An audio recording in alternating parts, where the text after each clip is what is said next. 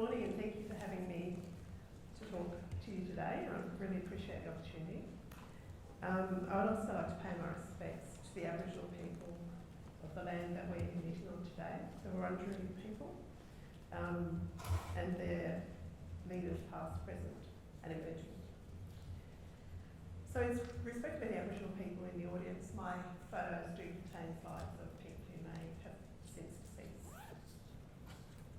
So thinking about the power of now, it seems there are two approaches, and one is the power of action, knowing when to act, knowing how to act, and being prepared to act when the opportunity comes along.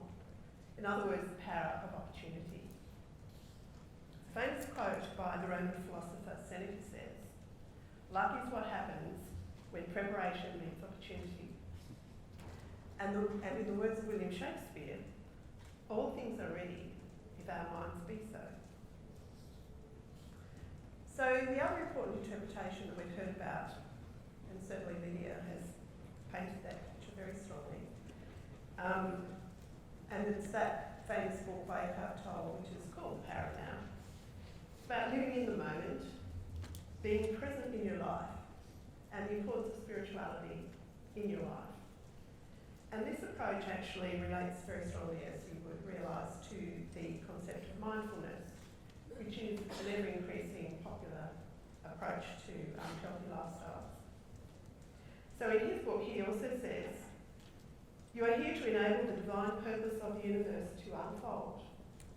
That is how important you are." Of course, mindfulness is now being embraced more universally, apart from individual lifestyles, but by workplaces and employers looking at mindfulness as a healthy workforce strategy and approach. So I'd like to share some of my experiences embracing the power of now and the power of opportunity throughout my nursing career in the Northern Territory. The Territory's unique environment and demographic makeup delivers opportunities that are difficult to match elsewhere. It also delivers opportunities that are enriching and life-changing, a bit like Lydia's talk. A lot of that resonated with me, and you might see some of that through my talk. As you can tell, no doubt, I'm a passionate Northern Territory nursing midwife. My nursing career began in Alice Springs and prospered over the years, many years, that is, to positions in both urban, regional and remote territory locations. So I've worked in emergency, intensive care, midwifery.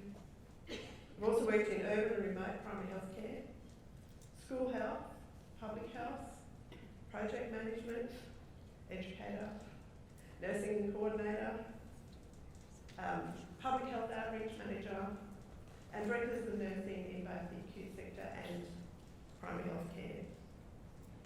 So I think this in itself demonstrates why working as a nurse midwife in the Territory is indeed special and provides such wide and varying opportunities that I believe will be very difficult to match elsewhere.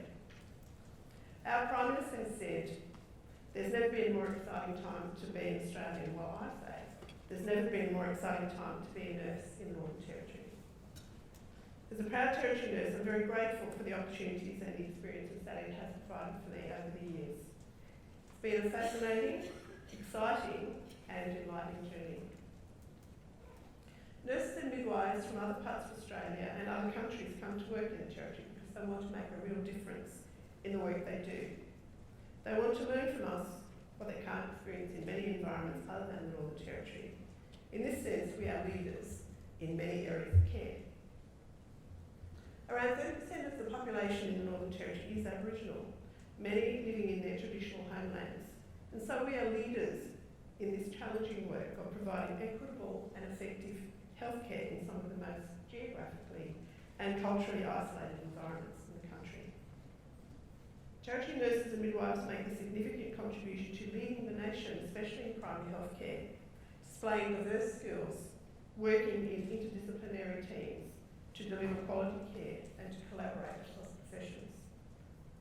Additionally, we work in partnerships with communities, with clients and with their families, empowering them through health promotion and education, along with teaching self-management of complex and chronic conditions. are ever present throughout the client journey. At every encounter, there is an expectation that a nurse will prepare, facilitate and explain what is happening and why. The opportunities that exist in nursing continue to expand and develop as nurses embrace education, research and development, contributing to efficient and effective client-centred health systems.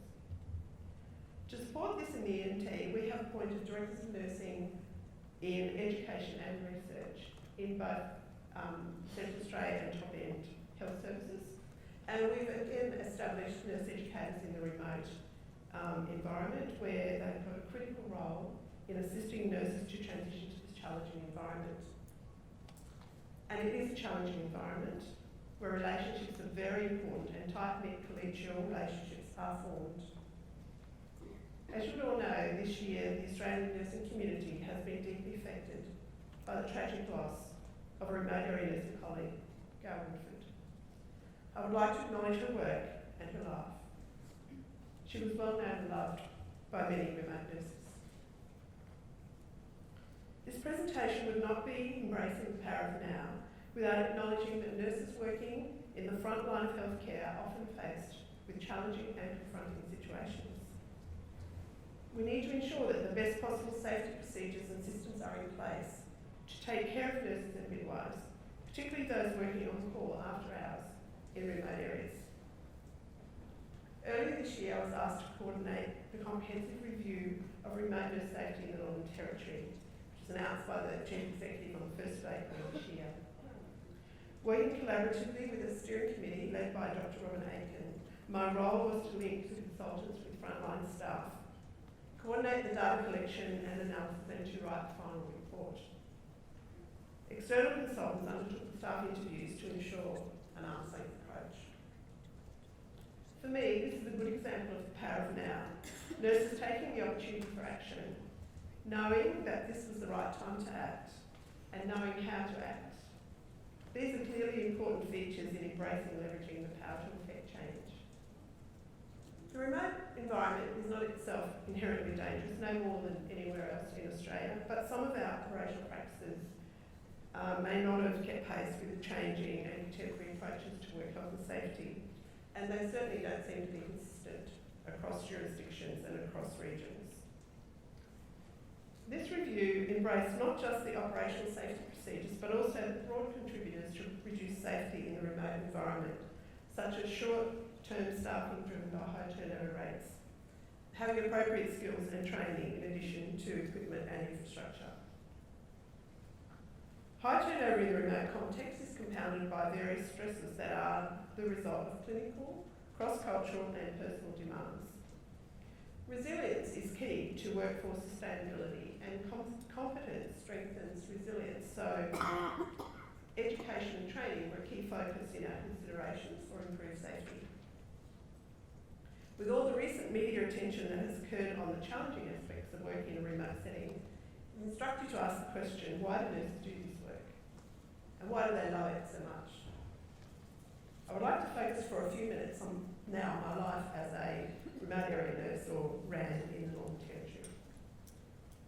My experience of RANs working in Aboriginal communities is that they are passionate about their work, and there is research evidence that they gain a lot of job satisfaction doing it. It was certainly my experience that, despite the challenges, I loved it. In one of my first remote roles, I worked in a very isolated East Arnhem Land community of about 1,000 people. And it was in an outreach role where I visited homelands and outstations with an Aboriginal health practitioner. My slideshow is just going in the background there. You might have seen a photo of me in earlier days with my health practitioner. Excuse me. I was soon adopted into the community and given a skin name so families could relate to me according to their culture. This practice is quite common in many communities and allows for two-way communication, or two-way learning through a sharing of culture during client and family encounters. To demonstrate the significance of this practice, I'd like to share a quick story. 10 years after that initial role in the remote East Arnhem Land community, I returned to a West Arnhem Land community with my then husband, who is a secondary school teacher. One of his students remembered me from when she was a very small child. She would have been 5 when I was working in that previous community. She would have been 15 at this stage. She quite remarkably remembered me and my skin name. She then advised my husband of his correlating skin name that she would use for him, so that we were culturally appropriate to be married, that is, right skin, and so that she knew how to relate to him from a cultural perspective, you know, as uncle, brother, father, grandfather, and so forth. I thought it was quite amazing. We were both blown away by that, and just remembered me and remembered my name and the importance of that for her to know how to speak to him and how to relate to him. I think this demonstrates the power of relationships in Aboriginal life, and it's something I'll talk about a bit more in a minute. In Arnhem Land, much of the transport is by small aircraft, and you might have seen the brightly coloured plane in the slides that went through, painted Mandarin plane, painted with Aboriginal design. That plane was as old as I was, and I was a bit nervous getting in it, but I was reassured that I would be quite safe. You might have seen the Aboriginal man hunting from the front of the boat with his boomerang and spear. He was hunting, we were hunting, for barramundi and stingray with a boomerang spear. So at the end of that day though, he proudly presented us with the largest barramundi catch of the day. And he thanked us for spending our time with him. It's quite humbling because, you know, the pleasure was indeed all ours. He even told us how to cook it. It was pretty yummy. There's another photo you'll see there of women weaving baskets. You know, they do a lot of weaving, hunting for pandanus, stripping it down, dyeing it, weaving the baskets and mats. It's a lovely activity that women do together, and they make a little bit of money through the art centres, but also selling to the nurses and teachers who buy these things for their family and friends. They're great presents. You'll see some photos of ceremony. Culture is still very, very strong in many communities in Australia, certainly in Arnhem Land. And there's one slide there you'll see of kids, young people with the traditional costuming, and this is it, I think, yeah, where they're graduating from school. So yeah, they're very proud. The youth was very proud of the kids when they finished school. So there's photos of my house, three-bedroom house, beautifully furnished, and lots of paintings and the baskets and craft decorating my house. What I learned as a RAN is the importance of relationships and the power of now culturally, of being in the moment and respecting your relationship and that experience. Relationships between nurses and Aboriginal workers build cultural safety through providing advice and support to the nurses. The Aboriginal staff provide a link to communities, supporting strong partnerships, and they provide vital community intelligence to the nurses to know what's happening in the community. If things are going a bit wrong, they'll be able to advise us. The roles also support health literacy within the community, a better understanding of the service and what we're trying to do while we're there. I also learned the critical nature and the value of the relationships between RANs themselves. That relationship also affects safety through, you know, knowledge, skills, teamwork, supporting each other, and respecting the community in which we work. Long-term nurses have the opportunity to build strong partnerships and therefore strengthen those communications between agencies, improves care, improves continuity of care. So during the review, we interviewed RANs across all 51 government-operated primary health care centres, and they were all very supportive and very strongly assisted us with this evaluation of safety. They made time for us during their busy days. They were very supportive, and it obviously demonstrated the need and the importance they placed on the review. So many of the nurses actually have been out there for quite a while, despite the high turnover that happens underneath that. There's quite a number of nurses who have been in their roles, been working in remote areas, so 10 years or more, and a number have been in their particular role for between 3 and 5 years. So it was pretty a good finding, really. A critical issue, an ongoing issue for them is the turnover the reduced numbers of Aboriginal health practitioners. And so that support that I was talking about before from having Aboriginal workforce is lacking, and there's been a serious decline over the years of Aboriginal workers for various reasons, and it's something that we feel strongly we need to address. The other thing that affects nurse safety in remote environments is that turnover I was talking about.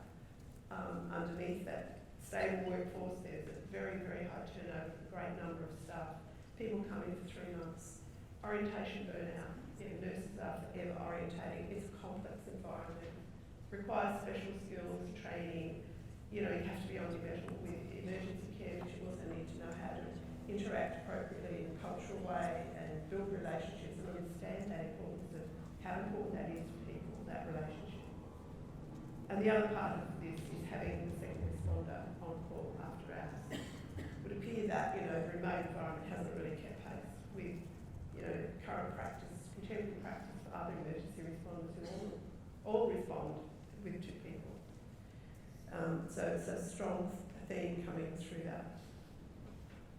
So as you may know from this discussion, the steering committee took a broad approach to what safety is in remote, and we didn't restrict ourselves to the operational policies of what we do after hours. We leveraged the opportunity available to us to take a broad approach and address the many issues that have contributed to challenges in service delivery in Aboriginal communities over many years, and these have imposed limitations and barriers to gains in improving Aboriginal health outcomes. We explored a range of issues we understand to impact safety for remote nurses, including the role that a stable, resilient and well-educated remote workforce may have in attracting, supporting and retaining early career graduates, for those of you out there. We know that on-call support through a second responder, good communication systems and mitigate against phone outages, which do happen, happens everywhere, doesn't it?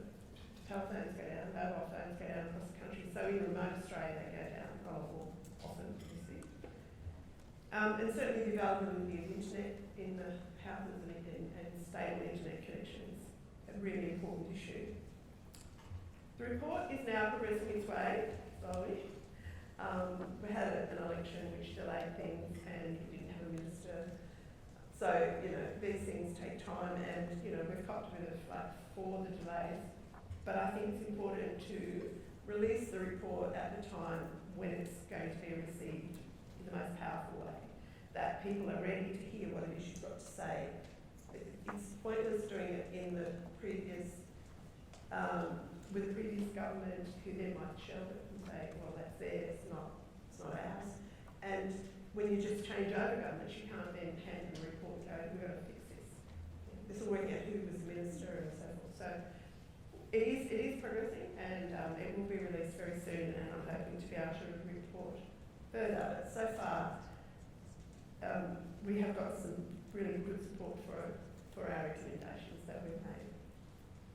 So in doing this review, we embrace the power of now, and in using a quote from Barack Obama, base our considerations within the long arc of history as it relates to remote health and remote services. We leverage previous research and utilise existing networks, and remote nurse leaders' views were injected into the narrative. We hope for a result very soon that will stabilise the remote nursing workforce, build its resilience, and in the end look after our very special workforce and vulnerable client group. For me, the power of now has provided me with the opportunity to share with you some of my experiences in the NT and my work, and I hope I have inspired you to consider coming to the NT to work with us, or at least talking with your friends and colleagues about some of the amazing experiences that you could have if you did come and do that. Thank you for having me today and listening to my story. Please enjoy the rest.